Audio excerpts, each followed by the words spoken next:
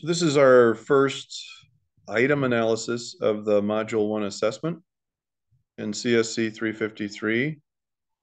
And what we'd like to do is walk through the assessment items that pose the most challenge for students. And then we'll post the reconciliation. By the time we start our next class, we'll be well into the next module for our next round of investigation. So if you have not been with me in a class before, I wanted to take just a quick moment to explain some things about what item analysis is. When you finish taking the Module 1 assessment, Blackboard can be used to conduct a data analysis of how students did, how they answered the questions. And the algorithms that are used to produce the results give us information about which questions students did well with and which questions they didn't do so well with. Every now and then we can identify bogus questions or problem questions that we can either revise or correct or rescore. So the item analysis that we do with each module assessment with the first attempt is always helpful because it means that if there are gaps in understanding, we can dig a little deeper with each of those items, and you'll see how that works. In this class, students took 42 minutes out of 60 minutes to complete the assessment. And there were 18 possible questions. Remember that you can use references. You can use study guides. You can look at the slides and the textbook. You can use a Google prompt if that's helpful. The thing to understand about module assessments is that instructional challenge is really there for you, so you can gauge how well you're understanding the material. When Blackboard calculates its results to determine how well students did with the questions and then how good the questions are, Blackboard does not, the algorithms don't take into account mastery learning. So there are cases when all students answer correctly and they all answer the same way, and Blackboard interprets that as a poor question or a cannot calculate question because there's no difference or discrimination between student answers. So essentially, the algorithm is, again, is not designed for a case where most of the students in a class could get everything right. This rubric here is significant because we want to make sure we don't have too many easy questions, too many hard questions, but having questions that are medium in terms of difficulty, that's a good thing. So we want things to be challenging, but we don't want things to be too easy or too hard. And in this assessment, Blackboard determined that there 14 out of the 18 questions were considered medium difficulty, which again is a good thing. Now, the average score for the class, if you see that the average score matches how much the credit is for that item, it means everybody got it correctly. So if I scroll all the way down here and I find a true false item that's worth 1/4 of a point and the average score is 1/4 of a point, that means everybody got it correct. But it also means that Blackboard can't determine if it's a good question or a bad. It tends to think that the discrimination is so bad it can't even calculate how bad it is. And that I just want you to understand what these details mean up here. If you see that we have poor questions or fair questions, that has to do with how students are engaging them. Are there any questions about the information that I've shared with you about this and how it works?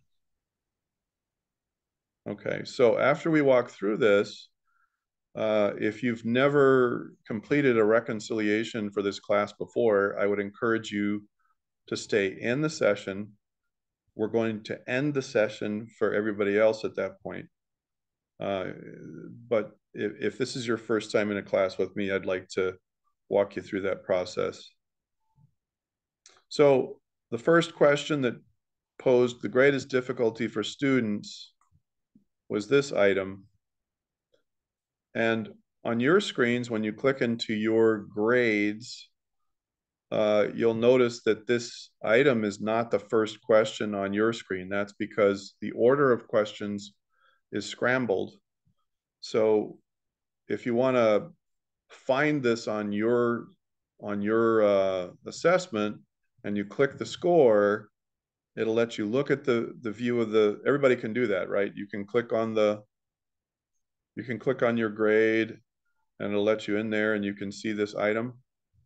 It won't look like this, but you'll see your assessment. Is Yeah, I think. everybody able to do that? Yeah. Okay. Sometimes when you click, it won't let you in. If that's the case, let me know. So this multiple choice question, so multiple choice questions only have one correct answer, but multi-answer questions have at least one, but maybe more answers that could be correct. So according to subject matter experts, what is the value of risk assessment? And if you read in your study guide and your addendum in the material, it says the primary value of risk assessment is that it translates operational security interests into financial and administrative terms that stakeholders can use to make informed decisions. This is a bit of a review from Intro to Cyber, CSC 220. So that's a concept that we covered in CSC 220. Are there any questions about this item?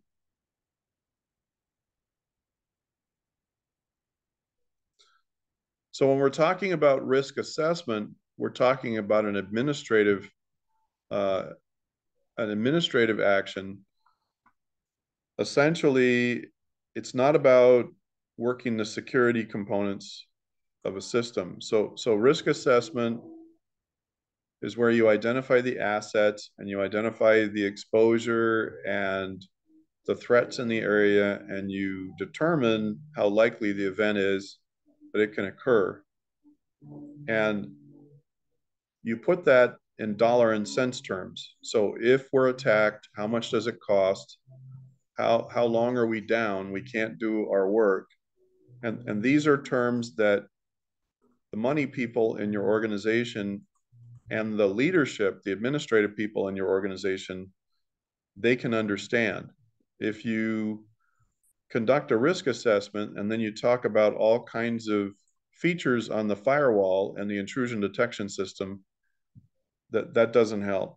And that's what this answer supposes. It says it reduces the risk of an attack by eliminating a threat capable of performing a custom exploit using a complementary exposure. So that would be that would pretty much be the definition of a countermeasure or something else, but that's not the definition of risk assessment. I hope that helps clarify our first item. Do we have any questions about this item in particular? Not for me. Okay. Let me update my screen. All right, I think it's still the same screen. Yeah. Looked like somebody dropped and came on again. I did see a quick blurb about WAPA and a power outage or something. So the next item that posed a challenge for students was a multiple choice item again, single answer. According to the CSC 353 textbook author, a physical security measure or control must be designed to mitigate specific threats, environmental threats, technical threats, human caused. Which of these is an example of a technical threat? Now, this is a detail that you would find later in the chapter 2 slides and perhaps in the addendum. And so it basically explains that if you're having problems with the power and the power goes out, that is an example of a technical threat. As opposed to an environmental problem where a hurricane hits, or the AC goes out and it gets too hot, or a human being dumps a bunch of water on a computer, which I have actually seen happen. It's not pretty. The computer breaks out into flames. So, any questions about this item in particular? No. A man trap. So there's a great picture in the slides, and when we were jumping around and reviewing some of the hotspots, we encouraged everybody to look through them all. There's a great picture of a man trap. It's a cage, a glass cage. That's what a man trap is. And a man trap is used to control physical security, who comes and who goes. And a man trap is an example of a physical security control. Access control would be about the permissions and privileges on files and directories. So when you're setting permissions and privileges for a directory or a file, you're implementing controls for access to specific digital information. Now, I understand that when you look at a picture of a man trap, it looks like, okay, it's controlling access to the building. But it's important to understand that when we talk about access control, we're talking about discretionary access control, role-based access control, the permissions and privileges for the data on a system, and not control the building or control, access to the computer, that kind of thing.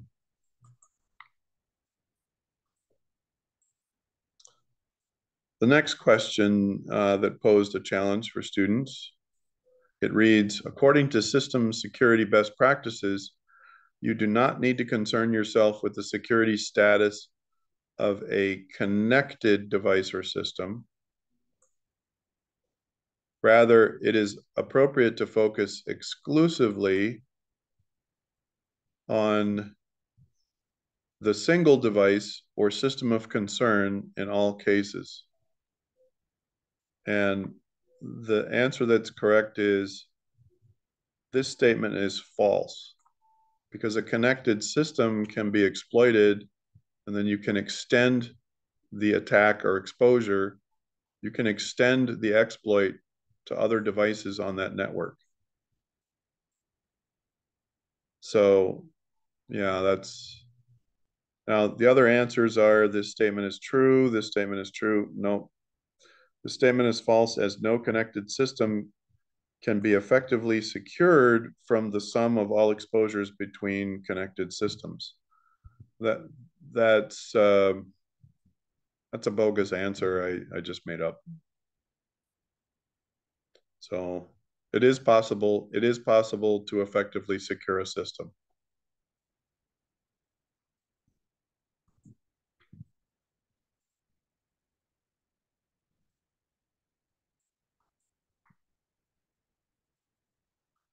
This true false question was a challenge for some. It says, even though an exploit is credible, it is ironic that defending against a potential attack when there is no valid threat present actually wastes resources that could otherwise be used to cover other exposures.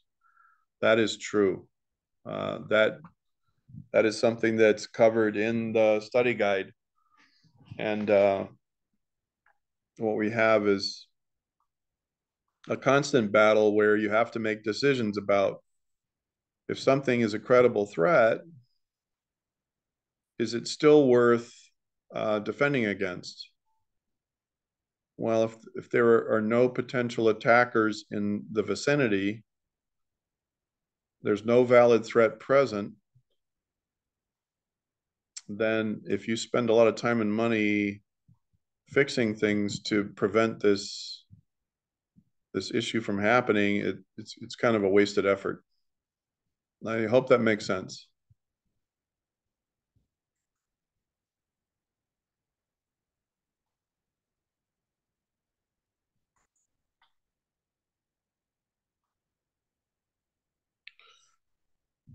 So for this multiple choice question, it reads, one notorious default setting that compromises effective security when left unchanged concerns network shares.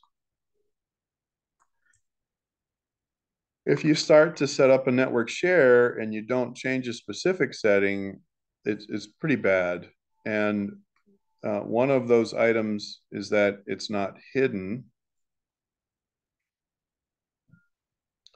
So typically, when a network share is set up, if you don't add a $ to the share name, then anybody can see it on the network. But that's the way this is stated is not the case. It's saying that the share name is already hidden from others, and that's not true. So if it were worded differently and it was talking about the $, then that would be a good choice. When you share something, automatically the default shares it with everyone. Everyone has access to the content of that shared directory if they're on the network. And everyone means absolutely everyone. And if that's left unchanged, that's bad. Does that make sense? Yes. Okay. Yes, it is.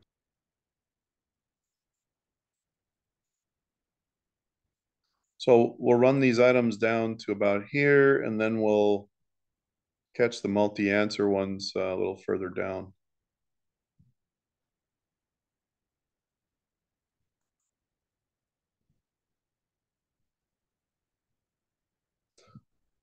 Which operational tenet was violated? So when we say operational tenet, we're talking about a principle or a practice that is best to secure your system.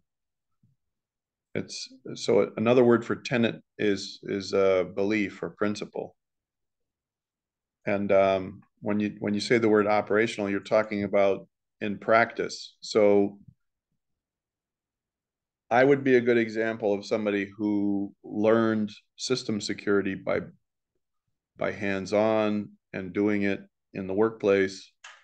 And I learned, you know, from an operational point of view, what practices or beliefs or principles kept systems safe. And if you're reading the textbook, you're getting information about how to secure systems from academic experts who do research, who write textbooks. So whenever you see in our study guides a section that's devoted to operational tenets, that has to do with workplace hands-on experience. And those are included because when you do the research on those practices, there is valid justification for that practice or that principle. So even though people just do it instinctively, that doesn't mean, and it's not in a textbook, doesn't mean it isn't worth knowing. So an organization updated password requirements to require use of 16 characters, including upper and lowercase letters, special characters, and numbers. The passwords must be changed every 30 days. How many of you would like it if UVI said, okay, you got to have a 16 character password and it has to have upper and lower cases and special characters and numbers. Oh, and every 30 days you got to change it, right? And you can't reuse them at all. You can't reuse them. And with just 3 failed attempts, you get locked out for 4 hours. Okay. And so this is kind of a sarcastic statement. Strangely, the number of compromised user accounts has increased dramatically. So here's an organization that's trying to improve security, and they make password requirements really hard, thinking that's going to help improve security. But the reverse happens. A lot of login accounts are compromised, meaning they get hacked. And this doesn't make any sense. So which operational tenet of effective systems security did this organization violate? And the answer is they violated the KISS principle. They didn't keep it simple enough for users to work with so that it was usable, right? So what likely happened is that users started doing what with passwords? If you had to have a random long password that changed every 30 days, what are some things you might do to remember it? What do most human beings do? Be like write it down or put it somewhere. They write it down. Exactly. They put it somewhere. They put it on a sticky note and put it under their keyboard. And you'd be shocked at the number of times you walk into an office, and if you flip over the keyboard, there it is, the password, right? And the reason people do that is if the tech folks in the organization say, oh yeah, we're going to make it really hard so that everything will be more secure, it's a boomerang. The worst can happen, right? I hope that explains this item.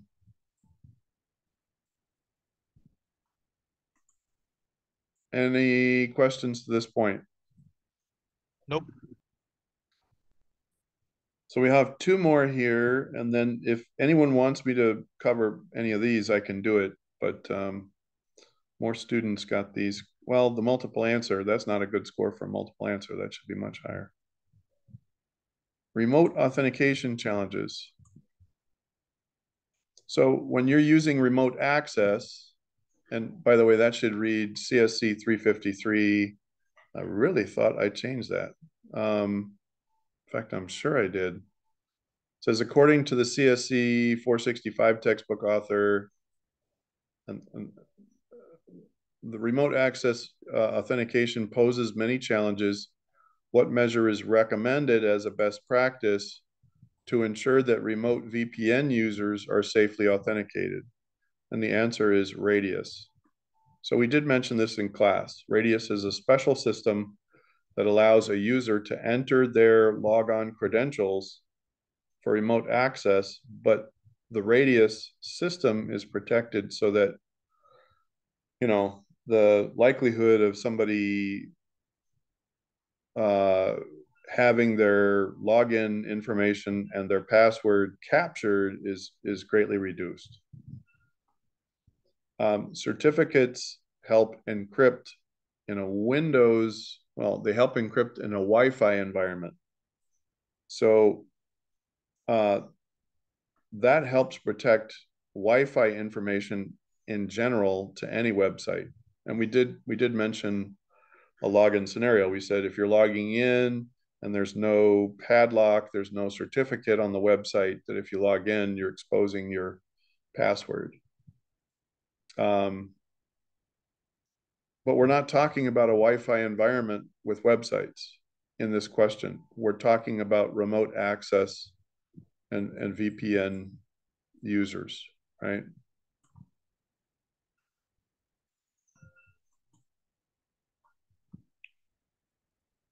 All right. So new network practice. All users connecting to a new network must be taught to practice what two actions? Answer no if a device should be visible to others. And then this one says disable NetBIOS defaults in WinS settings. That's true for Windows users. And that could be an answer. I guess the way the question reads could be confusing because it talks about two actions. But basically there's a pop-up and it says, hey, do you want your device to be visible or discoverable by others? And users need to be taught to answer no instead of yes. And if there was a second action they could take, every time they're connecting to a new network, they should go into the IP settings and disable NetBIOS over TCP/IP. So now no student answered that. For our retake of this module assessment, I'm going to revise this question so that it doesn't talk about two actions there.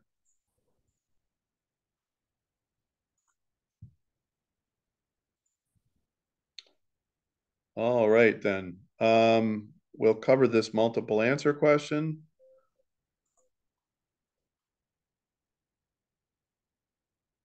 Excluding academic and research experts, seasoned professionals who manage security in the workplace insist that whenever a review of system security begins, it is most helpful to maintain a constant focus on these basic concepts.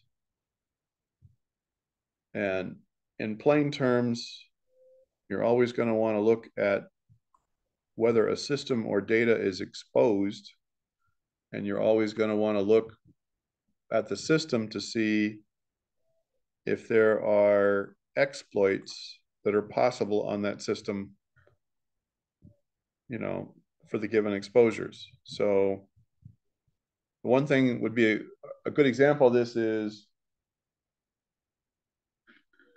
are there systems that are unpatched, and because they're not updated, they're not fixed, that somebody can use that to attack. So an exploit is a method to leverage an exposure. And what you want to ask is whether or not you have systems that allow for those methods, access methods. Any questions on this item? No, sir. So if your focus is always on countermeasures, it's always a race of sorts. So what they've discovered is that if your focus is, well, I have my firewall and my firewall's working. Well, I have my antivirus and my antivirus is up to date. If your focus is on the security measures, you're not watching for holes, and you're not watching to see if conditions are right for somebody to use exposures to their advantage, which is another way to describe exploits.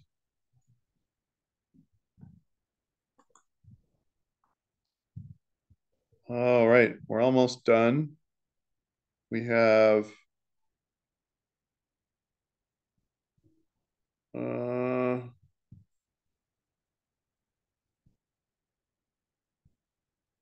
these were nearly correct. Nearly everyone got these right. This is a true false item. I think it could have been an extra credit item. So the question reads, it is technically correct to describe an attack as an exploit. The two terms are synonymous, meaning The two concepts are exactly the same idea for any context, and that is false. An attack is when a method to use an exposure to gain unauthorized access occurs. So it's an active use of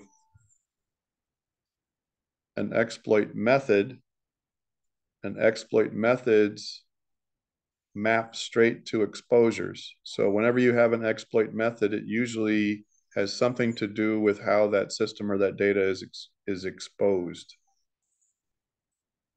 So if your focus is how the system is exposed and whether or not a method to make use of that exposure is possible in the environment, then that helps a lot in terms of keeping your system safe.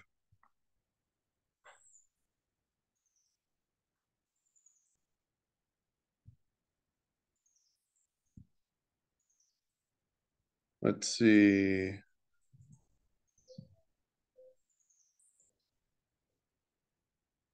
This last one, let's do both of these multi-answer items here. When risk is measured properly, the following is a likely outcome. The potential impact of a successful attack is used to inform decisions. That's risk management in a nutshell. So when you're working the steps to conduct risk management,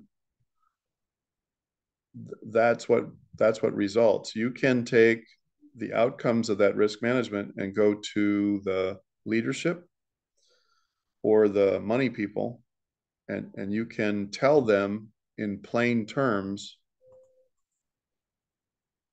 this is what's going to happen to our money, to our ability to work.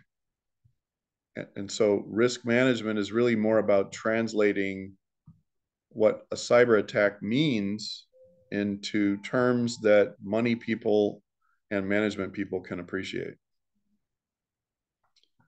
The second item is also correct. The importance of a digital resource, an asset, and its related loss are considered. So when you're conducting risk management, you're looking at assets, and you're looking at your resources to see how important they are for your organization. The last one is also true. When you're conducting risk management properly, you're able to make decisions about using limited resources and countermeasures more efficiently so that you can eliminate credible threats. The key word here is credible. So risk management helps you focus. All right, so if this asset is more important than these other systems, why don't we spend the money we have to put a better firewall on our credit card machine? How many of you knew that if you have a credit card machine on your local network, you have to have a firewall to protect it? Did anyone I know didn't that? know that. Nope. Yeah. So let's say that you have a credit card machine that is portable. Has anyone ever seen these portable credit card machines? Yeah, I've seen them before.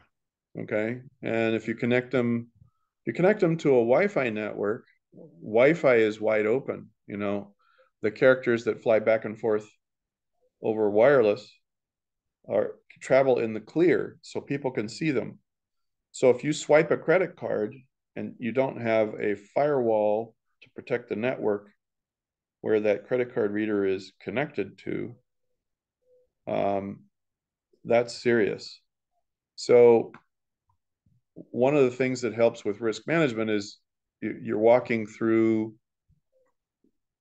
the systems and the resources that you have to have in order to function, and that can help you make decisions about where to spend your money to keep your system safe. And it's easy if a certain condition is there, like the use of credit cards and credit card machines. But if you're in a situation like that as a system security expert and you're trying to advise people, the first thing you'd say is, hey, every bank worldwide can shut you down, so you can't use any credit cards with your customers if you don't take care of business, right? If you don't secure the network you're connected to. Now, internet service providers pretty much understand that, and there's some levels of security on most internet service provider networks, but not all of them.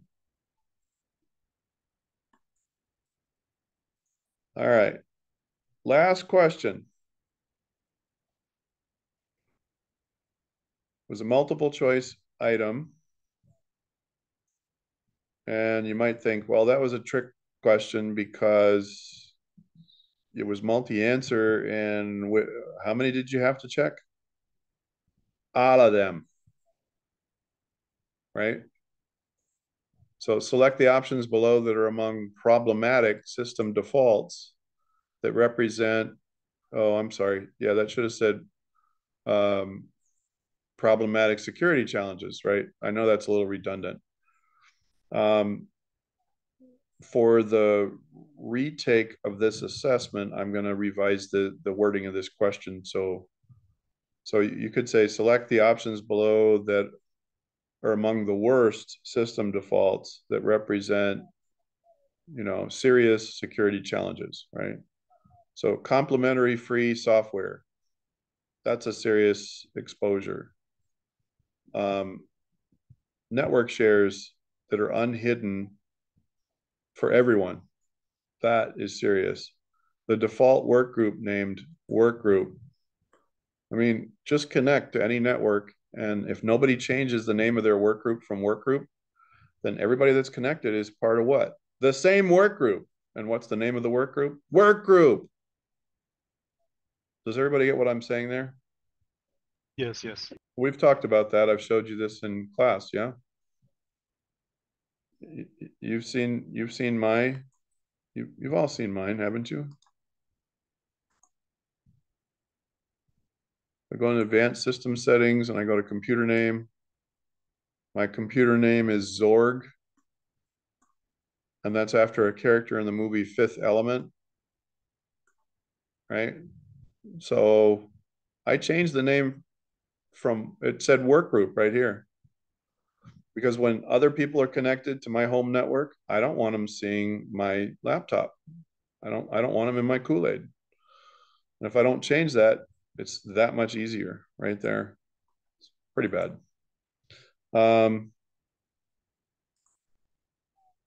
System names that are provocative. What would be a system name that would invite someone to hack you? Can you think of a system name that would invite someone to hack your iPhone? Let's say you have an iPhone. Did you know you can change the name of your iPhone from iPhone to something else? Yes. Okay. So, does everybody know who Denzel Washington is? Of course. Yeah. Yes. Famous actor, right? So let's pretend that you were crazy and you changed the name of your iPhone to Denzel Washington phone or something like that, right?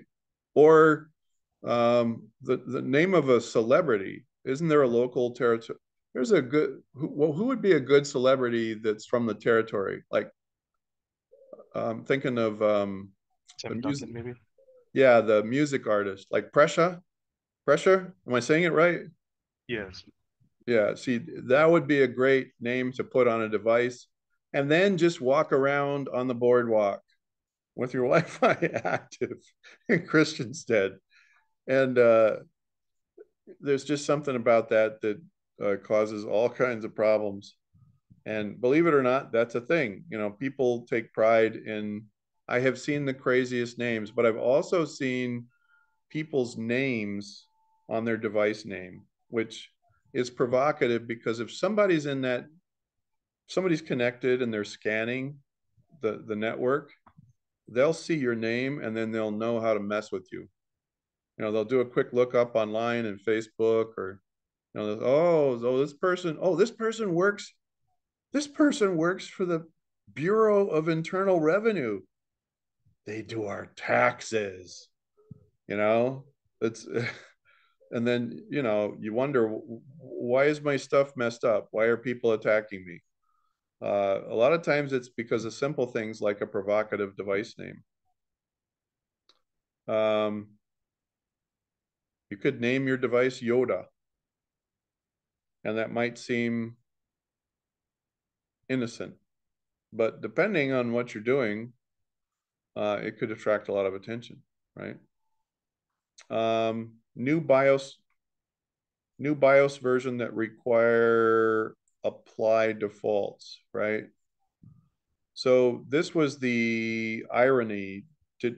We did cover, there's something that's kind of ironic. You have to apply defaults to a new version of BIOS before they'll take effect, which runs counter to everything else we're saying about defaults. You're supposed to change defaults for everything. But if you're loading new BIOS onto your laptop or your PC, some of the benefit of that new BIOS may not even take effect unless you use the feature called apply defaults, and then you save the BIOS and exit. Then you go back into the BIOS and change settings, which to me is like so ridiculous. When you look at all the other problems that come from just default settings. So I hope that additional explanation made sense. Now, if you have not reconciled before, what I'm going to do is add the reconciliation to the top of the module here, so that you'll see 1.7 right here, and then 1.6 will be below it. And if you have never done reconciliation before, I'd like you to stay in the session, please. But if you've been in a class with me before, you're free to clear, unless there are other questions. Oh, not for me. Okay. I'm going to go ahead and stop sharing, stop recording.